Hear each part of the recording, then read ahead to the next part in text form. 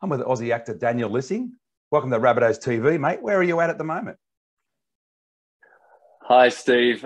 Thanks very much for having me first and foremost. I'm a fan of the podcast, and I'm coming to you from Los Angeles. Tinseltown. Tinseltown, mate. Yeah, not far from Hollywood, actually. Cool. Well, yeah. you have 350... But what most people don't know is that Hollywood is a bit of a dodgy place. It's a pretty dodgy place, actually. Yeah, well, I have been there, so I have got to experience that. You know. You have 358,000 followers just on Instagram alone. So you have a bit of a legion of fans out there, or not a bit of a legion of fans out there. Absolutely, yeah. I've been really lucky. So I came over to the States about 10 years ago now, and I did a job in Hawaii for an acting role there. And then in 2013, I had moved to Los Angeles, and had sort of worked sporadically in different parts up in Canada and around the States. But I've been lucky, over here, and continued to work through the last decade, and have,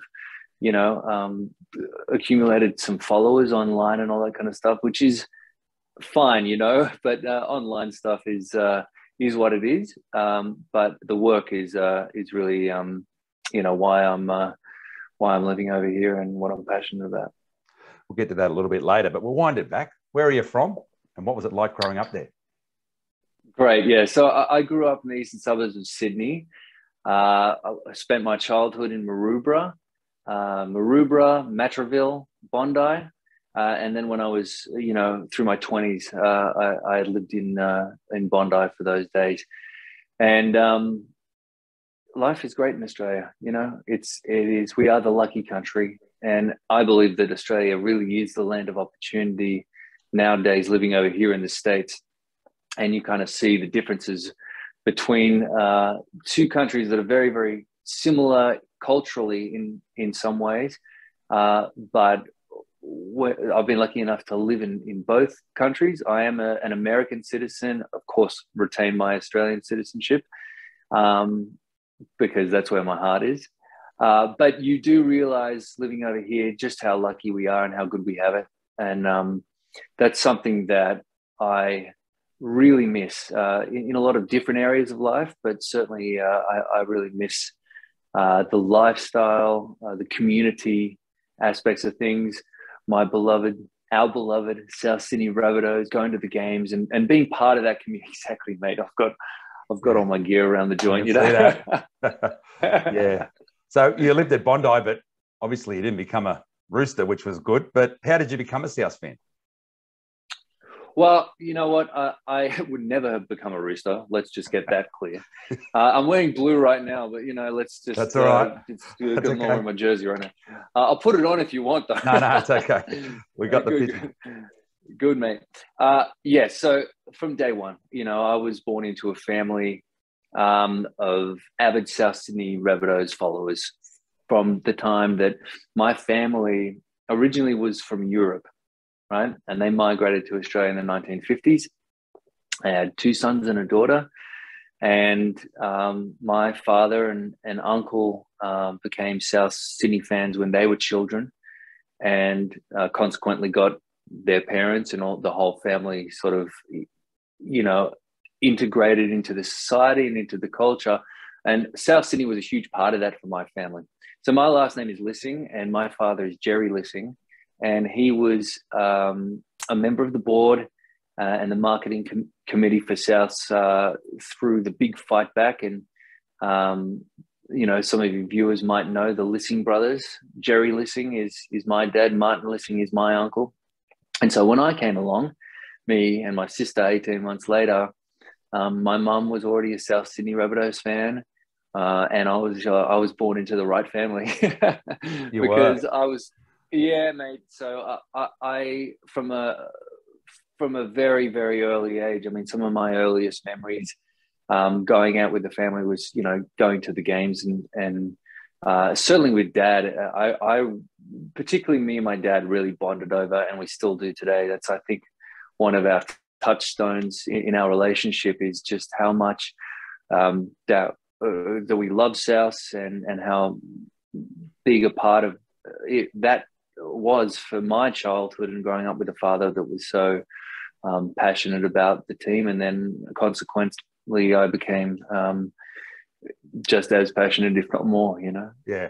Well, I'm the same. My dad was a Mad South fan, and we didn't have a choice growing up. So, and we've had Jerry and Martin on the show, and we'll share a link to that interview in the notes of this video. But yeah, they're great blokes, and they to this day they love the Bunnies. But did you play footy as a young bloke, mate?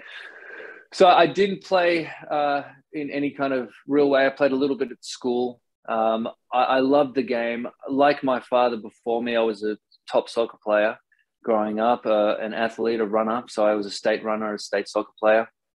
And I, through my early teens, I sort of had a bit of a switch. Certainly in my late teens, I had opportunities with soccer to go into a professional pursuit, but I just fell in love with music and with the arts, and that's where my passion and that's where my heart was.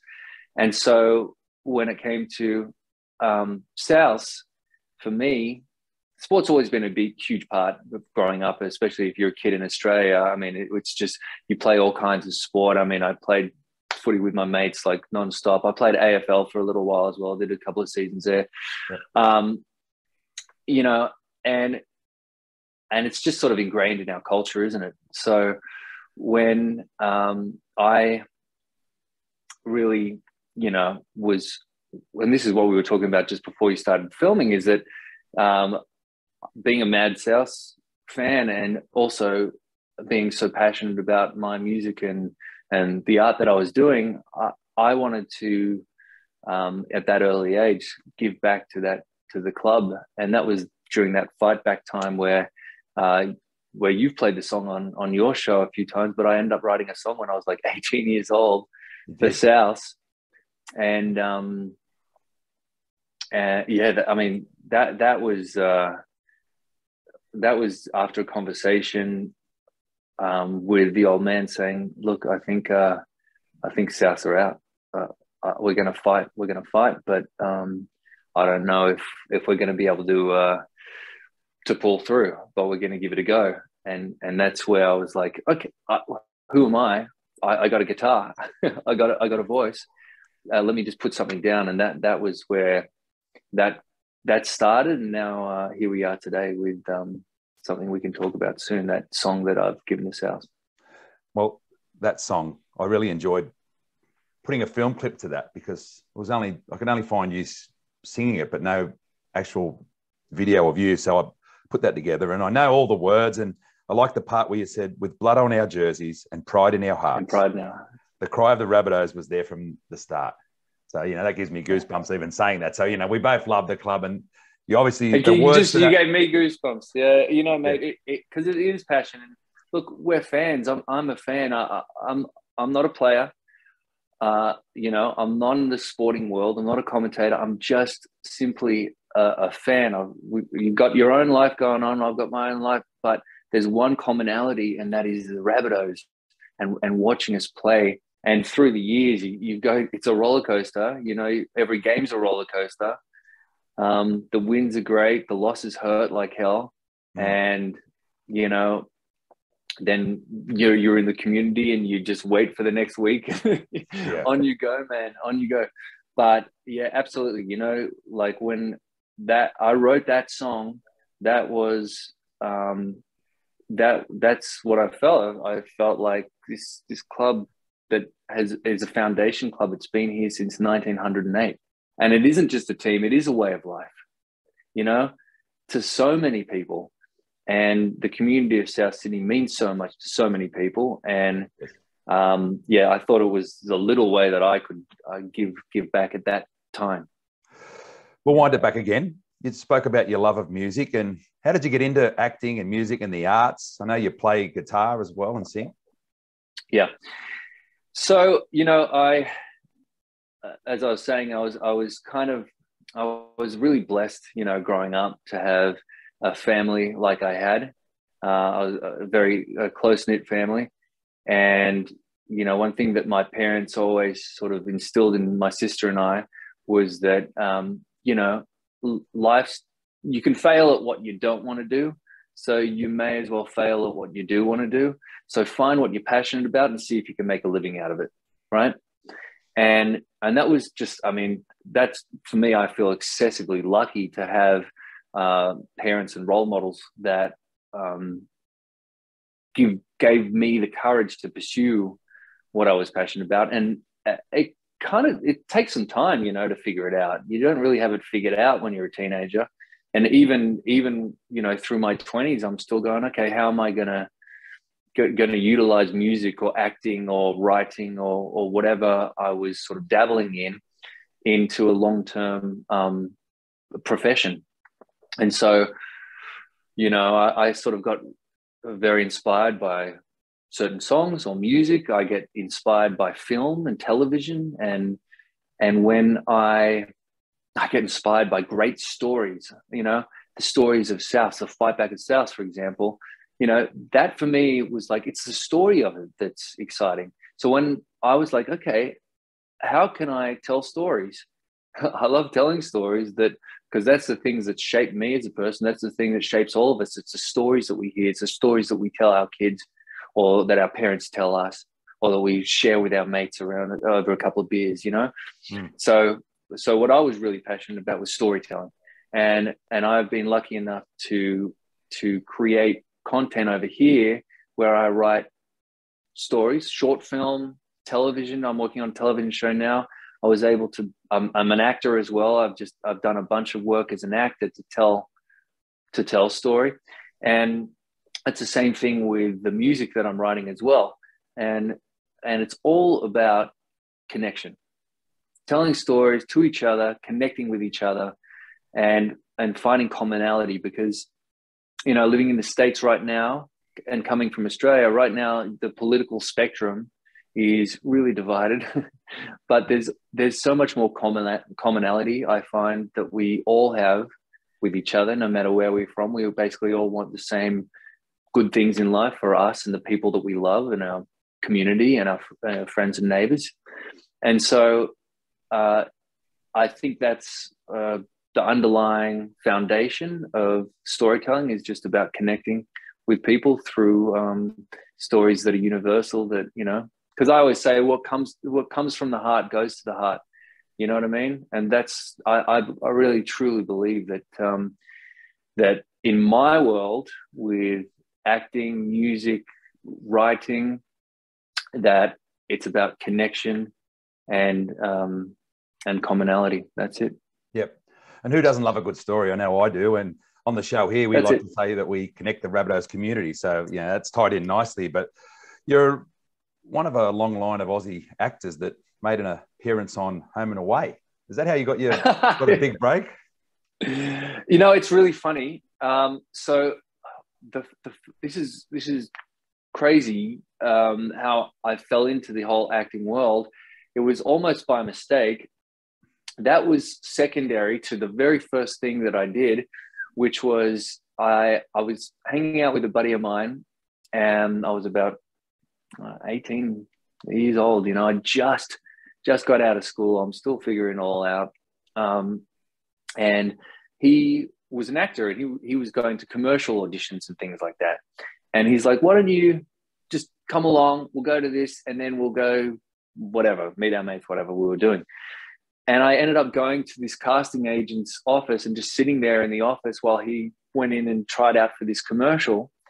And the casting agent came out and said, are you here to do the audition? And I'm like, no. And she's like, do you want to do it? And I'm like, oh, yeah, all right, I'll go in. So I go in there, and it turns out that it was for the second Dougie the Pizza Boy commercials. And I walked in there, and I ended up booking this job, and I did like 30 commercials for Pizza Hut over like 3 years. So from the age of 19, 20, and 21, I was doing commercials, like 10 commercials a year. And this is like 20 years ago now. That's sort of how I got my foot in the door. I was terrible. I had no idea what I was doing. I had to do like a million takes. I was crap. but I really enjoyed sort of being on set and like seeing how the crew operates together. And that was just the commercial world, which is a very different kind of world that I'm in now. But that was the start of it. And that got me an agent that was going to send me to like auditions for things like Home and Away or whatever other television shows and whatnot. Yep. And that's how I got into it. And that Home and Away gig, again, was one of the first speaking roles outside of commercial world that I had ever done. Yep. Terrible. Some of the worst acting you've ever seen in your life. but I did it. The director came up to me. He's like, this is a serious scene. Why are you smiling the whole time? I'm like, oh, I'm so really happy to be here. I was like, it's called acting, mate. It's called acting. And so, that was one of the things that that got my foot in the door. But then I realized, oh, hang on, if I want to do this in any real way, then I got to put my head down and do the work to understand what it really means to be an actor and to be an artist in this medium. I've dug up a bit of footage of you playing Conrad de Groot, the fiance of Tatum Novak, played by the very talented Indiana Evans, in an Aussie show called Crownies in 2011. That's right. So Crownies was great. I love that part. That was probably, it's really funny, if I stayed in Australia, I'd probably have done a hell of a lot more after that show, but I ended up booking in the States and moving over here for another show. But I did that show. I did 17 episodes of that show. I only did one season, and then they had a Janet King spin-off and things like this. But that was working with some really great actors. One of my really great mates, Todd Lissance, was one of the stars of that show. As you said, Indiana Evans. I played her boyfriend. Yep. And we had so many fun scenes together, and that was a great learning experience. I felt like the new guy on the block, because those guys had been working for so long, and that was something that I loved. I loved doing that one. That was fun. It looked like a lot of fun. You're a bit of a bad boy too, I think, at the start. But how was it? And you also played Canadian Mountie. Well, fast forward, you've been in movies and a lot of other stuff, but I've just picked this one. You played Canadian Mountie Jack Thornton in When Calls the Heart. So you've got a lot of fans, that show, I think. Yeah, that's got to be one of the most popular roles I've done over here. It's a period piece show. It's almost like a romance novel kind of thing. So you've got these middle America fan base that is just the most avid fans you can imagine. Like really a lot in all the best ways, just so engaging and positive. And so I did that show, and that shot up just outside of Vancouver. I worked with some great actors on that. I did that show for 5 years, and then ended up moving on to some different things that I wanted to pursue. So that was a really good one. And working with horses on that as well, right? Riding horses, that was by far the best part of that. I really loved that, as well as the people, Cool. My missus would love that. She's had horses since she was 5 years old, and she's a loves all that. So good. Yeah. So, so how do you go with the American and the Canadian accents? Can you give us a bit of what Jack Thornton would say? Oh, yeah, of course. I mean, if you want me to talk with an American accent, I can do it all day long. It's no problem. So where do you want me to be from in the States? It's what I do for work, man. Do you have to, is there like I know Canadian and American can be a little bit different. Is that something that you have to address, or not really?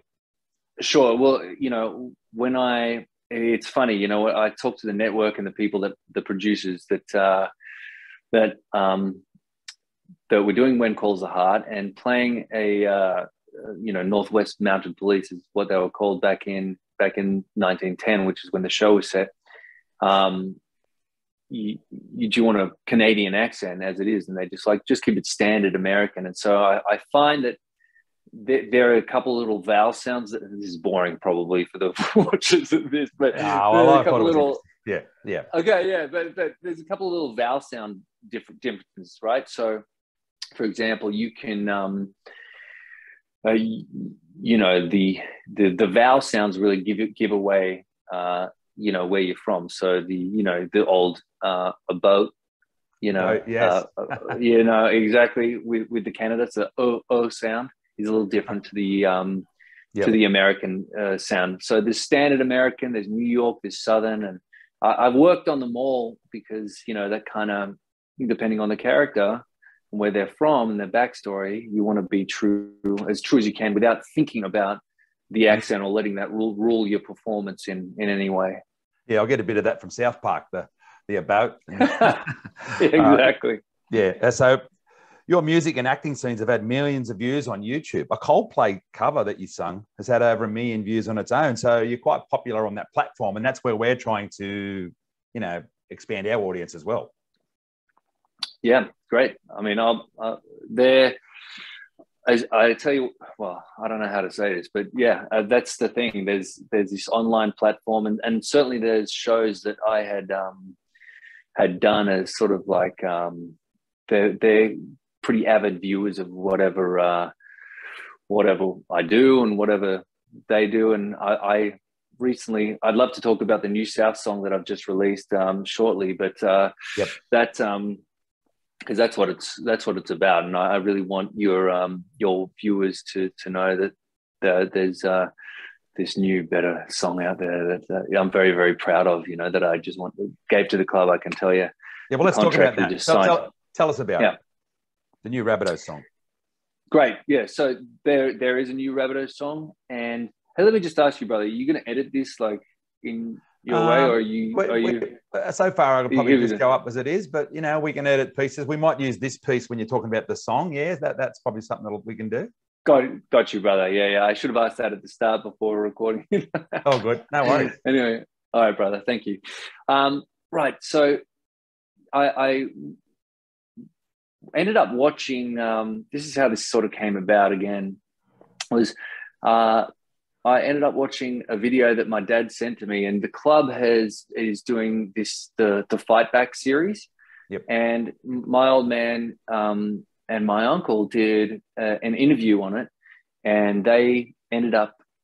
My dad sent it to me and sent the full version of it, and it was just, you know, this is 22 years ago for me when all that was going on, or 23 years ago, and.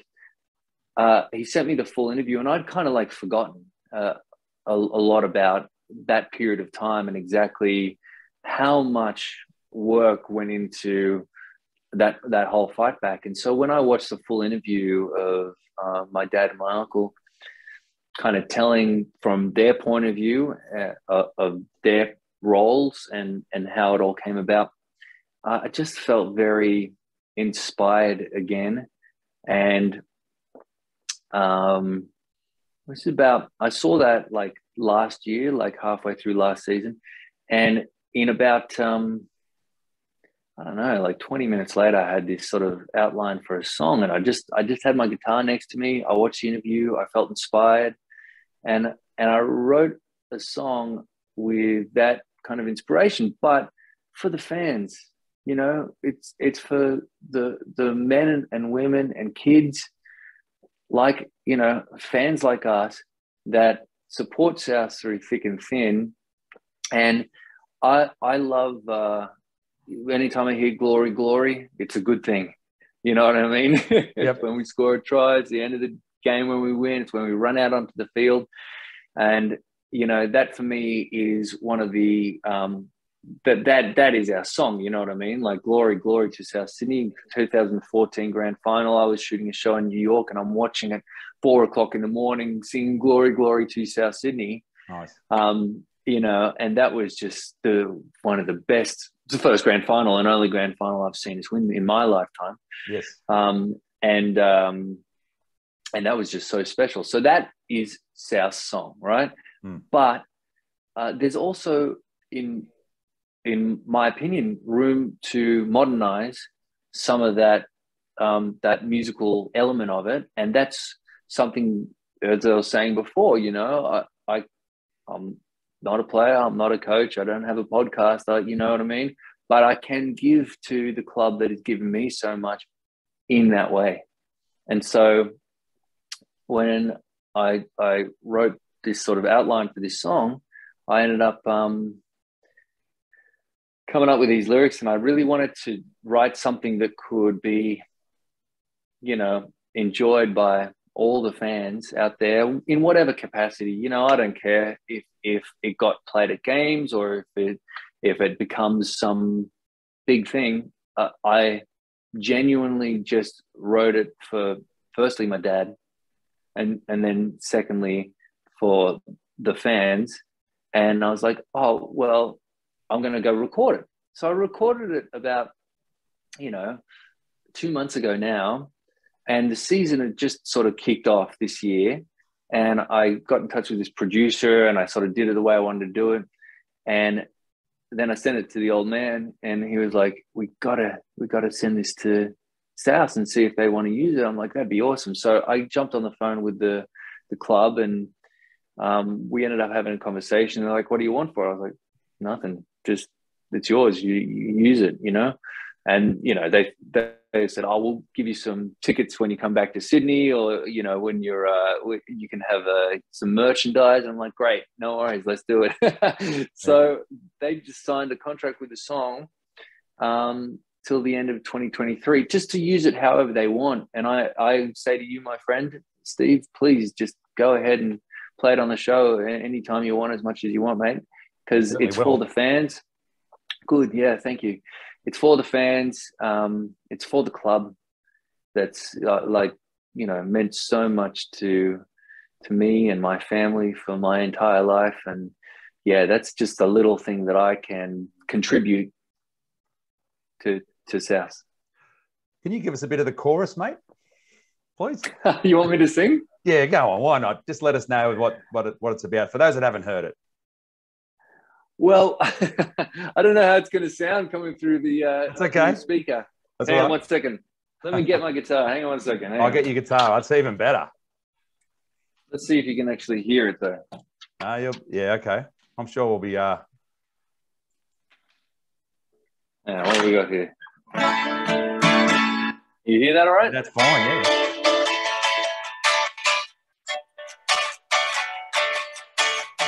We love South Sydney.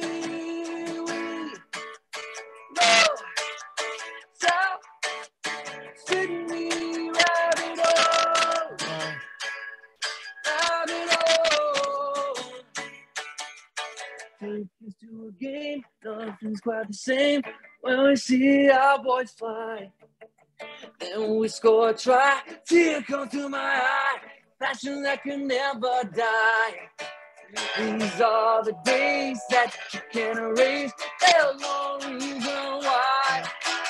We love South Sydney. We love South Sydney. Rabbitohs.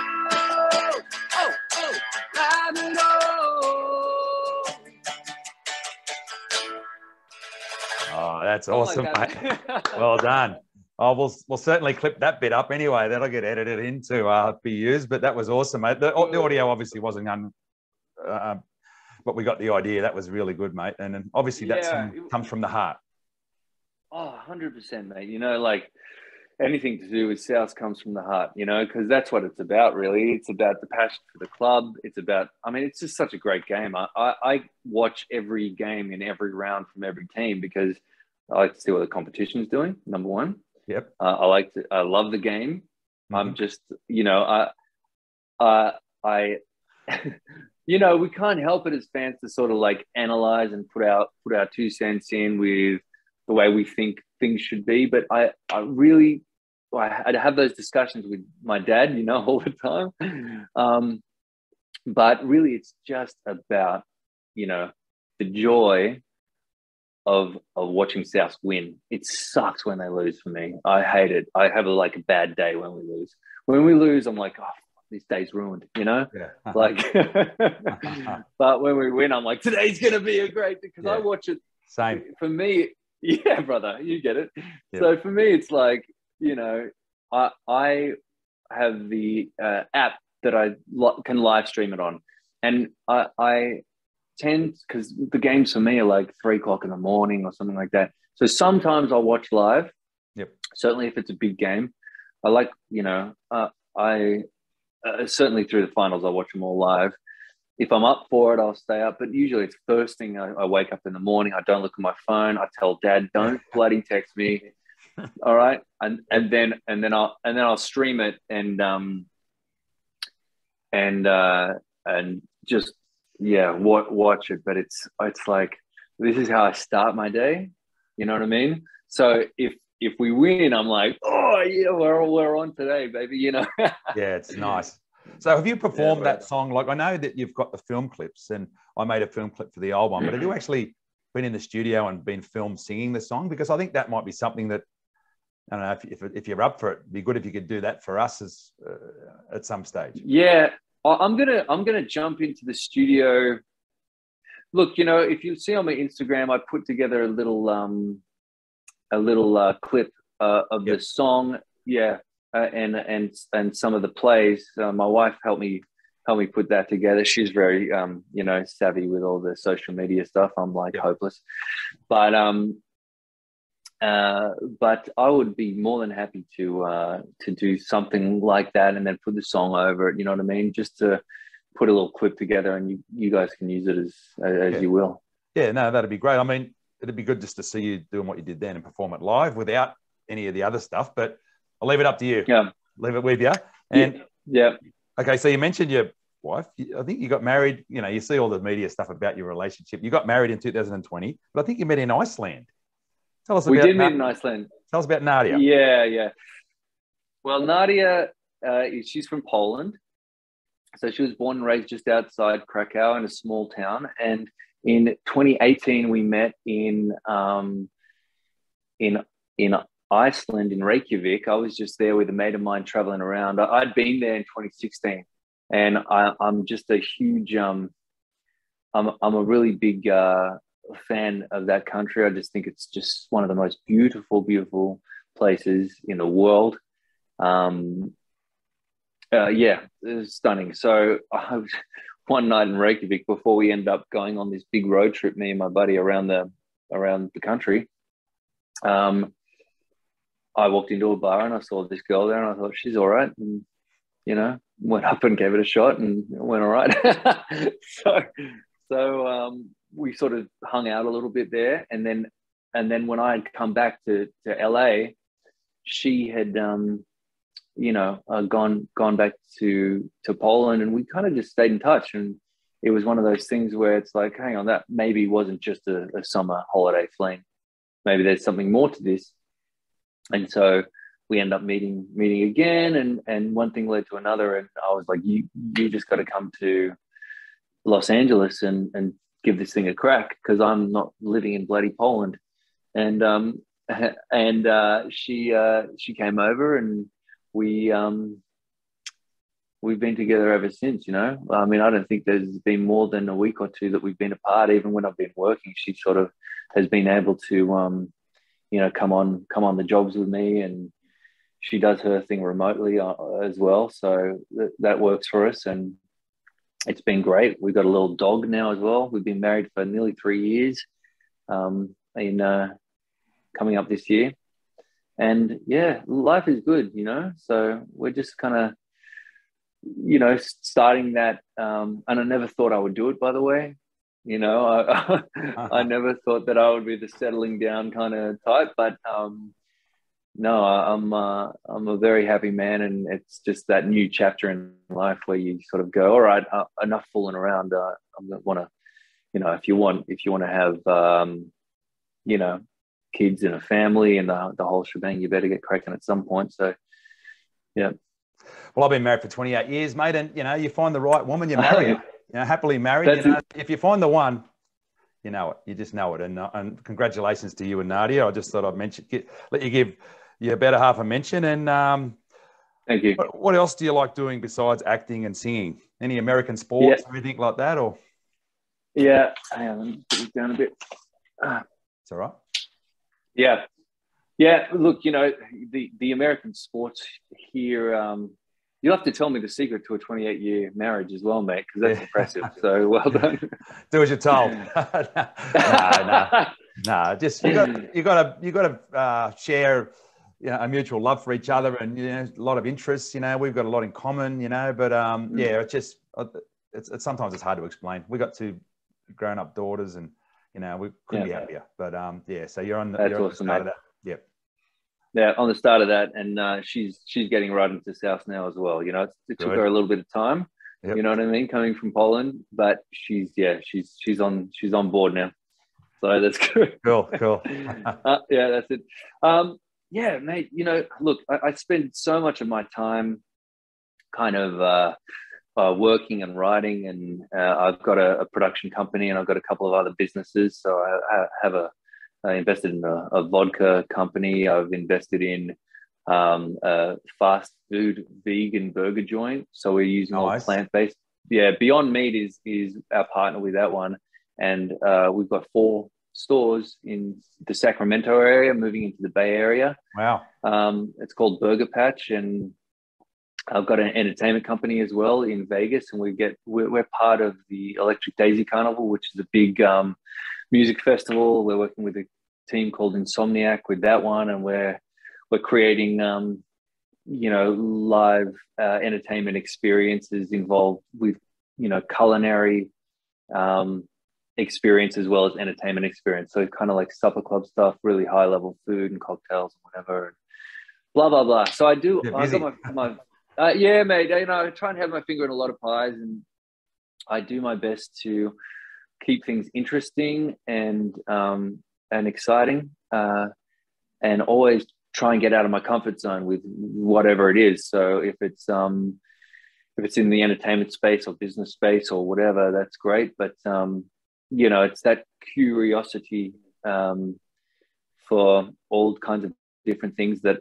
keeps life for me very interesting and exciting. And that's you know, I just want to try everything and do everything I possibly can while I'm here. Oh, well, we'll let you go, mate. Are you heading home anytime soon? We catch up at the footy for a beer and a pie? We have to. Yes, I need to buy you a beer, mate, for having me on and for all you do for the community of South. And Rabbitohs TV is just awesome. And yeah, definitely. So I'll plan to come home before the end of the season anyway this year, and we'll just get together and get with the family and go to a game.